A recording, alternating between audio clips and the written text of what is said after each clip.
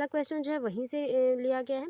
तीनों राज्यों का ऐसा समूह जिनके किनारे किसी पर अरब सागर है, मतलब अरब सागर के किनारे पर, या कौन से ऐसे राज्य हैं, दूसरी भाषा में कि कौन से ऐसे राज्य हैं जो अपने जो सीमाएं हैं वो अरब सागर के साथ साझा करते हैं, ये बात रही। तो कौन सा राज्य है पहले देख लेते हैं। केरल, कर्नाटक और महाराष्ट्र। तो अरब सागर आप बनाई जाए अगर, तो यहाँ पे आपका अरब सागर है, यहाँ पे बंगाल की खाड़ी। बंगाल की खाड़ी से भी प्रश्न पूछा गया था और अरब सागर से भी प्रश्न पूछा गया था। तो अरब सागर से प्रश्न है तो देखिए केरल है, ठीक है, महाराष्ट्र है और कर्नाटक है, ठीक है, कर्नाटक और केरल ये हो गया। तो ये तो इधर ही हैं, तो इनकी जो है संभावना ज़्यादा है कि इनके जो है सीमाएं हैं वो तटीय क्षेत्र से हैं, अरब सागर से जुड़े हुए हैं। केरल, कर्नाटक, आंध्र प्रदेश, तो आंध्र प्रदेश यहाँ है तो मिल नहीं रहा। उड़ीसा यहाँ है तो उड़ीसा आएगा नहीं आपका अरब सागर में। अब पश्चिम बंगाल आप देख रहे हैं तो यहाँ बंगाल की खाड़ी से मिल रहा है, तो यही पहला ऑप्शन बिल्कुल सही हो जाएगा। आई होप आपको चीज़ें समझ में आई होंगी। संसार की 5वीं और भारत की पहली महिला जिन्होंने माउंट एवरेस्ट की चोटी पर कदम रखा का नाम है। देखिए ये ईवीएस के प्रीवियस ईयर 2022 की ही बात हो रही है। 2022 जो आपका एग्ज़ाम हुआ है उसमें जिस प्रकार के प्रश्न आए हैं ऐसे ही प्रश्न देखने के लिए मिले हैं ईवीएस में, जो कि ऐसा लग रहा था कि यूपी टेट के एग्ज़ाम में पूछा जाता था। संसार की 5वीं और भारत की पहली महिला जिन्होंने माउंट एवरेस्ट की चोटी पर कदम रखा, तो बहुत ही आसान प्रश्न है और आपने रट्टा भी मारा होगा इसको बहुत पहले। तो बछेंद्री पाल, सुनीता विलियम्स, कर्णम मल्लेश्वरी, संतोष यादव। पहला ऑप्शन बिल्कुल सही हो जाएगा, बछेंद्री पाल है। प्रसिद्ध भारतीय त्योहारों होली और दिवाली के विषय में नीचे दिए गए कथन में सही कथन को चुनें, ठीक है। ये दोनों त्यौहार पूर्णिमा को मनाए जाते हैं। ये दोनों त्यौहार अमावस्या को मनाए जाते हैं। दीपावली पूर्णिमा को तथा होली अमावस्या को मनाई जाती है, और दीपावली अमावस्या को तथा होली पूर्णिमा को मनाई जाती है। सही ऑप्शन की बात कर ली जाए तीसरे की, जो तीसरे का जो सही ऑप्शन हो जाएगा दीपावली जो है अमावस्या पूर्णिमा, यही ऑप्शन बिल्कुल सही हो जाएगा, ठीक है। आगे देखते हैं अगला क्वेश्चन। नीचे दिए गए हमारे देश के किस राज्य या केंद्र शासित प्रदेश के अधिकांश सामान्य लोगों को नारियल डली हुई किसी भी करी के साथ उबला हुआ टैपियोका। देखिए भोजन से संबंधित प्रश्न पूछा जाता है इस तरह से, तो ये भी इम्पॉर्टेंट है। आप बहुत पहले अगर आप प्रीवियस ईयर देखेंगे और जो इनकी पाठ्यचर्या दी जाती है एग्ज़ाम के पहले, उनमें भी सारी चीज़ों को डिटेल में बताया गया है। तो खाना सबसे अच्छा लगता है। किस राज्य की बात करी जाए, आंध्र प्रदेश, गोवा, तमिलनाडु, केरल, तो आप जानते हैं कौन सा ऑप्शन सही है, केरल, ठीक है। केरल में नारियल बहुत ज़्यादा अधिक मात्रा में जो है खेती होती है नारियल की, इसी वजह से वहाँ के लोग खाना पसंद करते हैं हर चीज़ में नारियल डाल के। हमारे देश में ऐसा गांव है, मतलब ऐसे गांव हैं जहां के ग्रामवासी अत्यधिक वर्षा होने के कारण अपने घरों को बांस के खंभों पर ज़मीन से 10 से 12 फीट ऊंचाई पर बनाते हैं। इन घरों को अंदर से लकड़ी का ही बनाया जाता है। यह गांव कहाँ होने चाहिए? गांव की बात कर ली जाए कि कहाँ होने चाहिए, तो हिमाचल प्रदेश। अत्यधिक वर्षा कहाँ होती है आप जानते हैं, ठीक है। तमिलनाडु, असम और उत्तराखंड। सबसे आसान प्रश्न है और सबसे बेहतरीन प्रश्न है वो है तीसरा। बहुत ज़्यादा क्वेश्चन इस प्रकार से पूछे जाते हैं तो इनको तैयार रखें। बिहार राज्य के लोगों के लिए मधुमक्खी पालन की प्रक्रिया शुरू करने का सर्वोत्तम समय कौन सा होता है? अक्टूबर से दिसंबर, जुलाई से सितंबर, अप्रैल से अगस्त, जनवरी से मार्च। छठे के सही आंसर की बात कर ली जाए तो अक्टूबर से दिसंबर में। पहला ऑप्शन बिल्कुल सही हो जाएगा। आगे देखते हैं। किराने कक्षा 3 के विद्यार्थियों को पढ़ाने के लिए उप प्रकरण किरण ने, ठीक है, किरण ने होगा यहाँ पे, किरण ने कक्षा 3 के विद्यार्थियों को पढ़ाने के लिए उप प्रकरण पशु लिया। क्या लिया? पशु लिया, यानी कि पशु के बारे में बच्चों को बताना है। इनमें से कौन से प्रकरण उनके अधिगम के विस्तार के लिए लाभदायी होंगे, यानी कि कौन सा ऐसा काम होगा, कौन सा ऐसा क्वेश्चन निम्नलिखित ऑप्शन में से होगा जो वो टॉपिक लिए हैं पशु, उनके बारे में वो अच्छे से बच्चों को सिखा पाएंगे। किसी कविता से स्थानिक पशुओं के नामों का उच्चारण करना, यानी कि किसी कविता से देख लिया और उनसे बच्चों को रटवाया जा रहा है या बुलवाया जा रहा है, दोहराया जा रहा है कि बच्चों आप पशुओं के नाम लीजिए। प्राणी उद्यान के पशु तथा स्थानिक पशुओं के चित्रों को देखना, प्राणी उद्यान में पशु या जानवरों को देखना। देखिए स्थानिक पशुओं के चित्रों को देखना, चित्र नहीं देखना है। अगर वो प्रत्यक्ष अनुभव करते हैं भ्रमण विधि से, तो वो जो तीसरे ऑप्शन में पूरी तरह से बताया जा रहा है कि क्या करना है, प्राणी उद्यान में पशुओं या जानवरों को प्रत्यक्ष रूप से बच्चे देखेंगे। तो ये बहुत ही ज़्यादा इंटरेस्टिंग होगा बच्चों के लिए और बच्चे बहुत ही इंटरेस्ट से चीज़ों को सीखेंगे। तो और जब बच्चे इंटरेस्ट से कोई चीज़ें सीखते हैं, रुचि के साथ किसी चीज़ को सीखते हैं, चाहे बच्चे हुए चाहे हम और आप, तो वो चीज़ें ज़्यादा समय तक अस्थायी हो जाती हैं, हमें याद रहती हैं।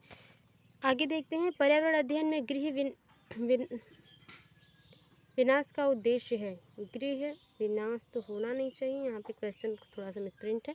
ऑप्शन देख लेते हैं, पुनरावृत्ति एवं सुदृढ़ीकरण, घर पर समय का सदुपयोग, विद्यालय में सीखे संकल्पना में दक्षता, सीखने का विस्तार। 8वें के सही आंसर की बात कर ली जाए तो यहाँ पे विनाश नहीं होना चाहिए, थोड़ा सा मिसप्रिंट है। और क्वेश्चंस मैं लाऊँ कहाँ से, मुझे याद भी नहीं कि मैंने कहाँ से इसको टाइप्स किए हैं। और ये प्रीवियस ईयर 2022 से है, लेकिन कहाँ से है ये मुझे ढूंढना पड़ेगा, तो उसके लिए बहुत बहुत सॉरी। अगर आपने प्रीवियस ईयर में इसको देखा है, हल किया है, तो इसका सही कमेंट बॉक्स आपको पता होगा, सही जो आंसर होगा वो पता होगा, चौथा है। अगर दूसरा कोई है तो कमेंट बॉक्स में जरूर बताइएगा। वैसे चौथा इसका सही आंसर होगा। थोड़ा सा क्वेश्चन में मिसप्रिंट है, उसके लिए बहुत बहुत सॉरी। प्राथमिक स्तर पर पर्यावरण अध्ययन का थीम कौन सा है? जल। प्राथमिक स्तर पर पर्यावरण अध्ययन की थीम क्या है? जल, मौसम, सामग्री और जानवर। 9वें के सही आंसर की बात कर ली जाए तो जल ऑप्शन बिल्कुल सही हो जाएगा। जो थीम है वो जल है प्राथमिक स्तर पर पढ़ाने के लिए। पर्यावरण अध्ययन के आकलन में एक शिक्षक कौन से उच्च स्तरीय चिंतन वाले प्रश्न का चुनाव करेंगे? यानी कि शिक्षक क्या है, पर्यावरण अध्ययन के आकलन में, यानी कि बच्चों को वो जानना चाहते हैं बच्चों से कि उन्होंने कितना सीखा है, वो किस प्रकार के प्रश्न का चुनाव करेंगे। हम कौन सी 5 चढ़े खाते हैं, ये ऐसा कुछ होगा नहीं। क्वेश्चन कुछ डिफरेंट है या मिसप्रिंट है। क्या होगा यदि पृथ्वी पर पेट्रोल और डीजल ना हो? ठीक है। पत्तियों का हरा रंग किस कारण से है? ठीक है। बीज बोने से लेकर गेहूं की फसल काटने तक के चरण कौन से हैं? ठीक है। 10वें के सही आंसर की बात कर ली जाए तो बच्चों से हमें ये जानना है कि बच्चे पर्यावरण अध्ययन के बारे में कितना सीखे हैं और कितना वो जानते हैं और उनका चिंतन कितने अच्छे लेवल पे है। तो इसके लिए सबसे बेस्ट ऑप्शन होगा दूसरा, कि क्या होगा यदि पृथ्वी पर पेट्रोल और डीजल ना हो। इस पे बच्चे अपनी अपनी राय रखेंगे, अपनी अपनी तर्क रखेंगे, कुछ चिंतन मनन करेंगे, आपस में डिस्कशन करेंगे और कुछ फनी आंसर्स भी देंगे, कुछ सीरियस आंसर्स भी देंगे। तो इस प्रकार से बच्चों का आकलन हो जाएगा बहुत ही आसानी से। दूसरा ऑप्शन बिल्कुल सही है, क्योंकि इसमें पूरी तरह से वाद विवाद होगा, बच्चे आपस में चर्चा करेंगे।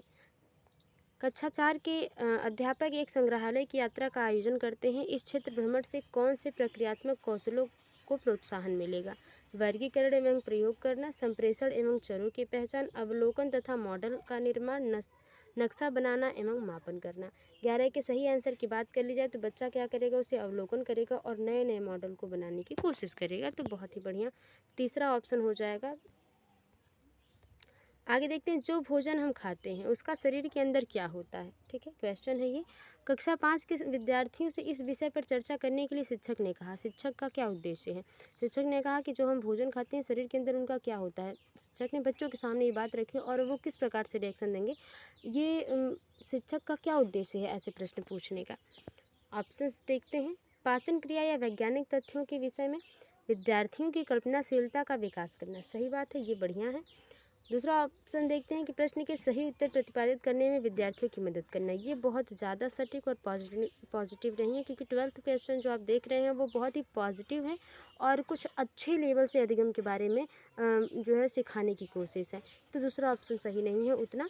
विद्यार्थियों के अंतर्बोधि विचारों का अनुसरण करना, जिसके द्वारा वे विद्यार्थियों में विचारों की कल्पनाशीलता का सृजन करता है। उपरोक्त सभी।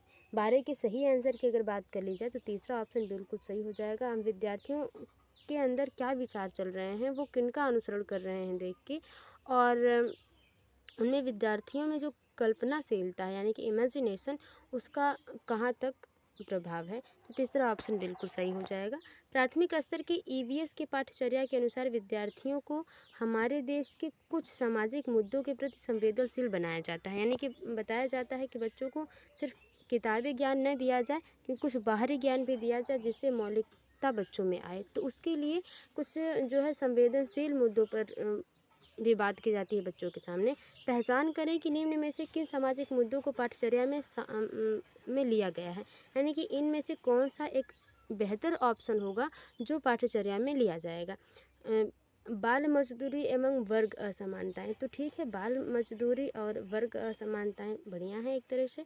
जाति भेदभाव और दहेज प्रथा, तो एक दहेज प्रथा एक ऐसी कुरीति है जिसपे तो सभी लोगों को काम करना चाहिए, लेकिन एक ये तो जाति भेदभाव जो है ये है, पर ठीक है, इस पर जो है एक पॉजिटिव रख सकते हैं, लेकिन दहेज प्रथा एक अलग हो जाता है। बाल मजदूरी तो बढ़िया, लेकिन घरेलू हिंसा जो है कुछ सीमित दायरे में है, तो इस ये बहुत बढ़िया नहीं होगा। जाति भेदभाव तथा घरेलू हिंसा, ये भी बहुत ज़्यादा, घरेलू हिंसा जो है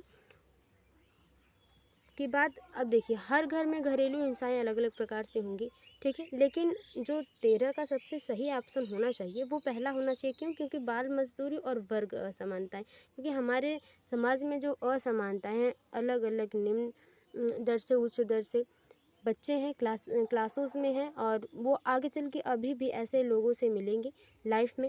तो ये जानना बच्चों को ज़रूरी है कि बाल मजदूरी कितना इम्पॉर्टेंट है, या क्यों नहीं बाल मजदूरी करवाना चाहिए, और वर्ग असमानताएं से क्या नुकसान है, क्या लाभ है, उनका मतलब निगेटिव पहलू पॉजिटिव पहलू दोनों पे बच्चों को सिखाना होगा। इसकी वजह से ये जो है पाठ्यक्रम में होना चाहिए। आगे देखते हैं निम्नलिखित में से प्राथमिक स्तर पर ईवीएस की पाठ्य पुस्तकों की सबसे उपयुक्त विशेषता क्या है। ठीक है, पाठ्य पुस्तक आसान क्वेश्चन है, बहुत समझाने की इसकी जरूरत है नहीं मुझे लगता। विषय वस्तु के माध्यम से बहुत सी जानकारी दी गई है। समाज में उपस्थित रूढ़िवादी धारणाओं एवं पूर्वाग्रह पर ध्यान केंद्रित किया गया है। रटने की बात जहाँ हो कि वो वैसे तो गलत होती है। वैसे क्वेश्चन देखते हैं, पहले ऑप्शंस देखते हैं। साथ रटने द्वारा सीखने को सचेतन रूप से हतोत्साहित करने का प्रयास किया गया है। सीखने सिखाने के साधन के रूप में केवल पाठ्य पुस्तक पर उपयोग ही शिक्षक द्वारा होता है, यानी कि पाठ्य पुस्तक का उपयोग सिर्फ शिक्षक द्वारा होता है, बच्चे उसका जो है उपयोग नहीं करते हैं। तो देखिए पाठ्य पुस्तक की सबसे उपयुक्त विशेषता क्या है। प्राथमिक स्तर के ईवीएस की पाठ्य पुस्तक की सबसे, उसमें रटने द्वारा सीखने को सचेतन रूप से हतोत्साहित किया गया है। अगर प्रोत्साहित होता है तो ये ऑप्शन सही नहीं होता, लेकिन ये ऑप्शन बिल्कुल सही है कि पाठ्य पुस्तक में बच्चों को रटने के लिए, रटन विद्या के लिए जो है मना किया गया कि आप रटिए नहीं, उसको सीखिए, करके सीखिए, डिस्कशन से सीखिए, लेकिन उसको सीखिए। तो हतोत्साहित किया गया है, तीसरा ऑप्शन बिल्कुल सही हो जाएगा। यहाँ पे अगर प्रोत्साहित होता तो ये ऑप्शन सही नहीं होता। निम्नलिखित में से किस आवृत्ति का मूल्यांकन ईवीएस, ठीक है, ईवीएस के सीखने सिखाने के लिए उपयुक्त है। प्रतिदिन, प्रति माह, 6 महीने, वर्ष के अंत में। तो देखिए जो भी सब्जेक्ट हो, चाहे ईवीएस हो या अदर कोई सब्जेक्ट हो, अगर हम उसे प्रतिदिन चीज़ों को समझाते हैं, उनका मूल्यांकन करते हैं, सीखते सिखाते हैं, तो वो बेहतर होगा प्रतिदिन। अब आप ही एक दिन पढ़िए, ठीक है, उसके बाद 2 दिन बाद पढ़िए, तो वो चीज़ें भूल जाएंगे आप जो आज पढ़े होंगे। इनफैक्ट तुरंत अगर आप सुबह, मेरे साथ तो ऐसा होता है कि अगर सुबह को मैं नई कोई टॉपिक पढ़ती थी और शाम को अगर नहीं मैं दोहराती थी, तो वो चीज़ें अक्सर भूल जाती हैं, और आधा से ज़्यादा लोगों के साथ जो स्टूडेंट होते हैं उनके साथ ये प्रॉब्लम होती है। तो रिवीजन इम्पॉर्टेंट है, उसको प्रतिदिन रिवीजन करिए, तो प्रतिदिन ऑप्शन उसमें सही होगा। एक ईवीएस की अध्यापिका मीरा को शांत कक्षा पसंद है, ठीक है, तथा वह अपने विद्यार्थियों को कहती है कि वो बैठकर अपने अपने कार्य करें। उसके विद्यार्थी निम्न में से किससे वंचित रह जाएंगे, ठीक है, रहेंगे। बहुवृद्धि से, अवलोकन से सीखना, व्यक्तिगत सीखना, सहपाठी। यही नहीं हो पाएगा। जब वो शांत रहेंगे तो अपने सहपाठी से बात नहीं कर पाएंगे, ग्रुप डिस्कशन नहीं हो पाएगा, वो अपने सहपाठी द्वारा नहीं सीख पाएंगे, क्योंकि ये भी बहुत पॉजिटिव ऑप्शन इस प्रकार का है कि अपने बच्चे डिस्कशन करके खुद में, अब समूह चर्चा क्यों करवाई जाती है, इसी वजह से कि वो एक दूसरे की भावनाओं को समझे। कुछ नया बच्चे के पास है, दूसरे बच्चे के पास, तो वो बच्चा ले सके, उनके पास कुछ नई संस्कृति है तो वो उन्हें दे सके।